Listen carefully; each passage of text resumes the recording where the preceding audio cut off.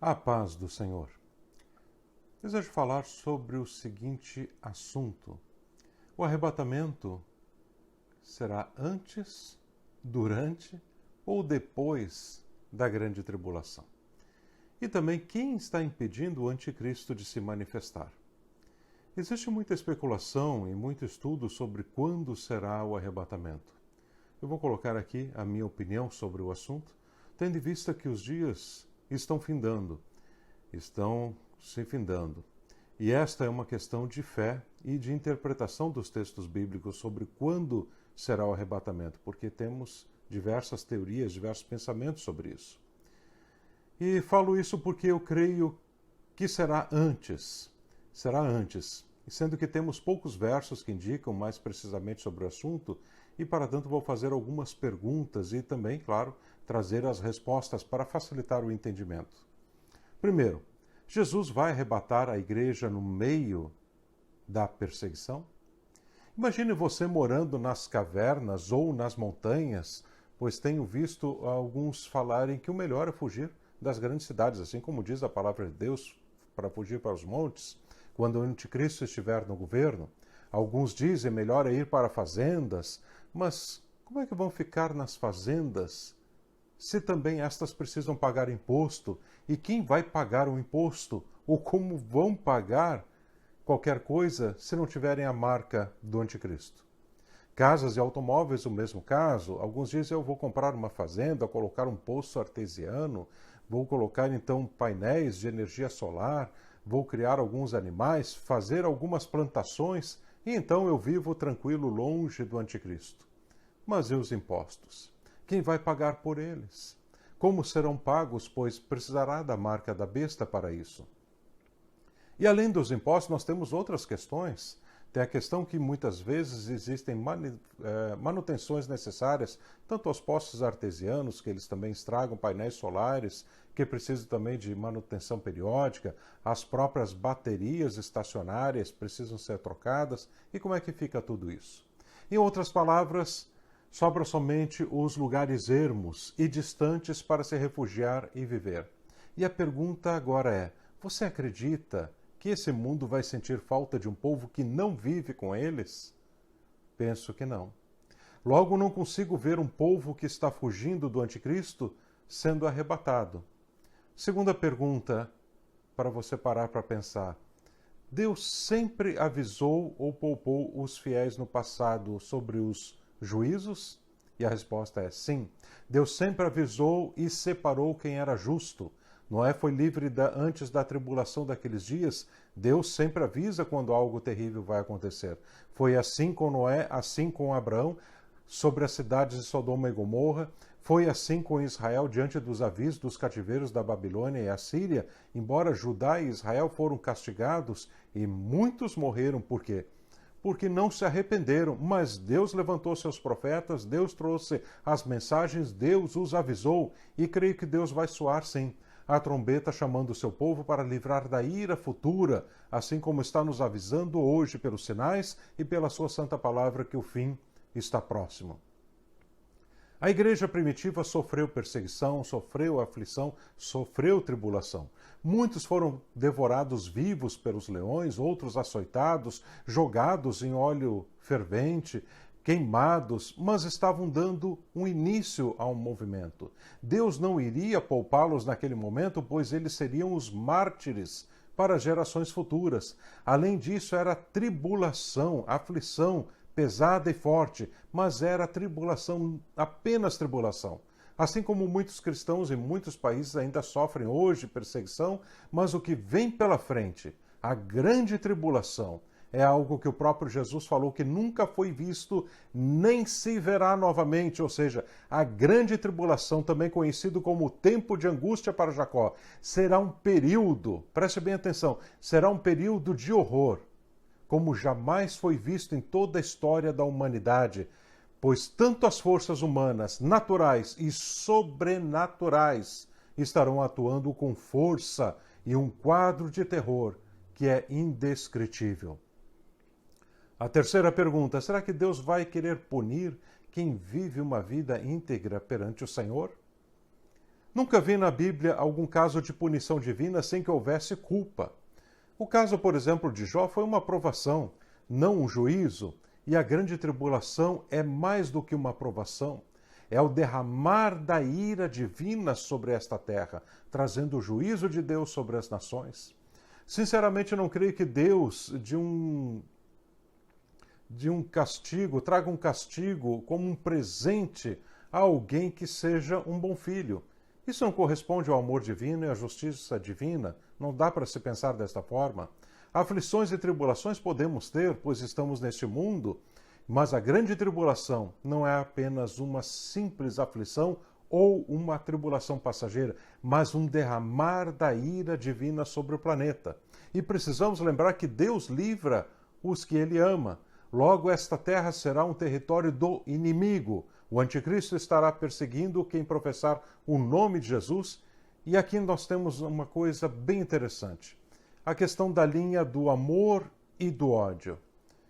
Muitos dos que ficarem eram crentes, mas não estavam preparados. Estes terão ódio em seus corações por terem sido deixados para trás, cumprindo a palavra de Deus, onde diz que o Senhor vai enviar a operação do erro para que eles deem crédito à mentira, visto que rejeitaram o amor da verdade. Estes serão usados pelas trevas para fazer exatamente o que está escrito, que pelas mãos de familiares sereis entregues, ou seja, por causa do ódio vindo do abandono, de terem sido deixados para trás no momento do arrebatamento, eles vão se levantar contra Deus e estar ao lado do anticristo, entregando as pessoas que aceitarem a Cristo como Salvador após o arrebatamento. Pergunta número 4. Como sabemos que haverá um arrebatamento bem antes da segunda vinda? Primeiro, há muitos textos na palavra de Deus que sustentam esse pensamento, como estão em 1 Tessalonicenses 4, 16, 17, 1 Tessalonicenses 5, 9, Apocalipse 3, 10, entre outros tantos como nós veremos a seguir ao decorrer desta mensagem. Segundo, porque a igreja primitiva aguardava arrebatamento a qualquer momento, já naqueles dias, mesmo sabendo que o anticristo ainda não havia se manifestado, trazendo uma marca sobre os habitantes da terra. É óbvio que talvez eles pensassem e achavam que algum anticristo estaria se manifestando já naqueles dias, pois o próprio apóstolo João cita que muitos anticristos já tinham surgido. A igreja primitiva aguardava tanto o arrebatamento, de forma tão clara, tão iminente, que muitos até deixavam de trabalhar, e como aconteceu com os irmãos em Tessalônica. E por isso mesmo que o apóstolo Paulo os advertiu, escrevendo para eles, os alertando sobre essa questão. Ponto número 5. Por que nos capítulos 6 a 19 do Apocalipse, que tratam dos pormenores da grande tribulação, não há menção da igreja? A igreja aparece antes com o Senhor Jesus, trazendo as mensagens para as igrejas. Os versos sempre têm a finalização: ouça o que o Espírito diz às igrejas. Depois há um espaço de tempo entre a grande tribulação e a igreja não é mencionada. A igreja somente aparece no final do capítulo 19 do livro do Apocalipse, quando volta com Cristo em sua segunda vinda na Batalha do Armagedon, ou seja, se considerarmos a linha cronológica dos acontecimentos registrados no livro do Apocalipse, a igreja está presente no início do livro, então ela desaparece, é arrebatada no meio do livro, e volta a aparecer no final do livro, na Batalha do Armagedon, quando volta com Jesus. Sexta pergunta: por que João fala que essa esperança, o aguardar do arrebatamento, a sua vinda iminente, nos purifica? Porque a igreja, assim como a parábola das 10 virgens, precisa estar pronta, aguardando o noivo a qualquer momento. Essa esperança, essa convicção da volta de Jesus a qualquer momento, mantém o corpo de Cristo, a igreja, na busca da santidade. Mas então o arrebatamento será antes, durante ou depois da grande tribulação? Bom, eu creio que já tenho deixado aqui a minha opinião nos textos que mencionei e nas perguntas e respostas que eu trouxe. E eu creio desta forma por quê? Primeiro, porque Deus não nos preparou para a ira e o anticristo estará desencadeando esta ira divina como nunca antes, conforme primeira carta de Paulo aos Tessalonicenses 5,9. Porque Deus não nos destinou para a ira, mas para a aquisição da salvação por nosso Senhor Jesus Cristo. Segundo, por que eu creio que será antes da grande tribulação? Quem for fiel será livrado. Apocalipse 3,10. Como guardaste a palavra da minha paciência, também eu te guardarei da hora da tentação que há de vir sobre todo o mundo para tentar os que habitam na terra. Em Apocalipse 3,11 diz o seguinte: Eis que venho sem demora, guarda o que tens para que ninguém tome a tua coroa. Estes versos são para as igrejas e vêm muito antes dos textos da besta da grande tribulação que estão no livro do Apocalipse. No capítulo 3 de Apocalipse, ainda no verso 13, diz o seguinte: Quem tem ouvidos, ouça o que o Espírito diz às igrejas. Porque eu creio que o arrebatamento será antes da grande tribulação. Terceiro ponto. A grande tribulação é o juízo, é a ira de Deus como nunca foi visto antes, e Paulo escreve que nenhuma condenação há para os que estão em Cristo Jesus. Nós não podemos sofrer com a ira ou o juízo de Deus. Simplesmente não faz sentido. Ponto número 4. Os textos que informam o capítulo 24 do Evangelho segundo São Mateus, que um será deixado e o outro será levado, assim como as 10 virgens, nos mostram que quem não estiver preparado irá ficar. Por isso o arrebatamento iminente exige que estejamos preparados. Isso é um alarme para a igreja. Para encerrar, ninguém sabe quando os eventos realmente acontecerão e como se darão. Sabemos que estamos nos últimos dias e grandes aflições estão por vir a esta terra. Há muitas interpretações para os textos bíblicos, no entanto, há um consenso. Jesus vai voltar e buscar os seus remidos.